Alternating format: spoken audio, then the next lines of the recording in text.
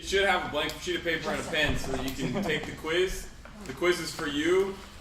For some of you, it's a review, and I hope that you nail it. And if you don't, no, don't worry about it. We'll get you the answers. Everybody ready? Challenge success. This is a challenge for a lot of you. Are starting the 24-day challenge. Some of you, this would just be a good nutrition class. Oh, Nana, would you pass out that big fat list of fat-fighting foods? So, challenge success. So we're going to go over metabolism, which could be a review for some of you, but that's fine. This is a good thing to review. What to expect during the challenge, reading labels, and the supplements. Okay? What we're covering today, metabolism, the components of energy expenditures, what to be prepared for, how to read labels, and the Advocare Challenge supplements. Okay, up here we've got the quiz. Common question. How many calories in a gram of fat, carb, and protein? Number one. So on whatever side of the sheet you want to make this, take the quiz.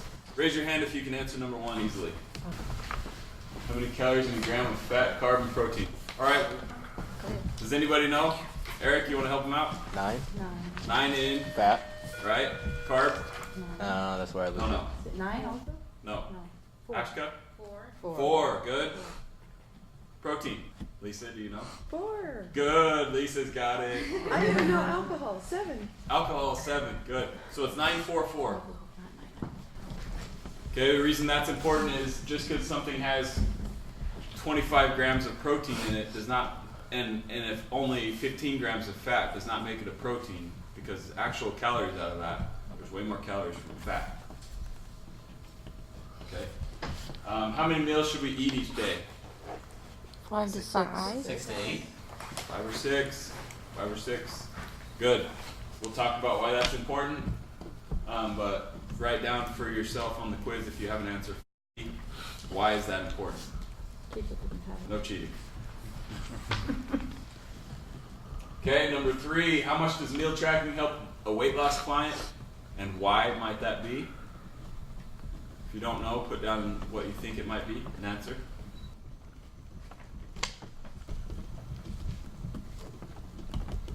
What a good class. Everybody's brighten away. I like it. Okay, everybody got that? Okay, moving throughout, feel free to take notes at your leisure. There will be a few points I'll tell you to take notes.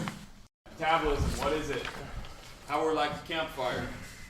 Okay, does anybody know the analogy of how we're like a campfire other than Eric Fu, because he answered this last time? Rob Oh, knows. Jen, I know. It's like a campfire because when you put a lot on it, you stoke the fire too high and it goes out. And then if you keep putting wood on it constantly, it keeps it up and going. Nice and steady. Yes. How would you amend that, Robert? It's kindling in the fire. Kindling, right? Nice, steady, even. Feed that fire, keep it burning hot. Versus what would happen if I had a nice fire and I put a big log on top? We'll put it out. Smother the fire, kind of. It just becomes less flames, cools the fire down. It's going to be small and smoky. Okay, that's what we're doing to our bodies when we put a big log, like a big dinner, on our top of our metabolism. Okay, the metabolism is simply the body's ability to burn through food. There's 2 ways to make your metabolism work for you. Okay, debunking a myth that, oh, I'm getting old, my metabolism's slowing down. Yeah, your body does change as you get old. However, the main reason your metabolism is slowing down is your activity level is slowing down. Okay, so frequent meals is one of the ways to make your metabolism work for you. So that 5-6 meal mark, making sure you get a good breakfast to start that metabolism up. And then a snack a couple hours later, lunch a couple hours later, another snack a couple hours later, dinner, and then maybe even another snack. High protein with each meal and snack is ideal. Okay. How frequent meals like a deer rather than eating like a bear. So what does a deer do? It eats all little fresh fruit, grazing gradually throughout the day, versus just a bear would eat one deer and then sit for a week, kind of thing. Okay. Movement and activity is another way to make your metabolism work for you. Okay, well, I've got a diagram coming up here to talk more about that, how your activity levels affect your metabolism. And here it is, okay? You've got your resting metabolic rate. Who knows what resting metabolic rate is? Eric?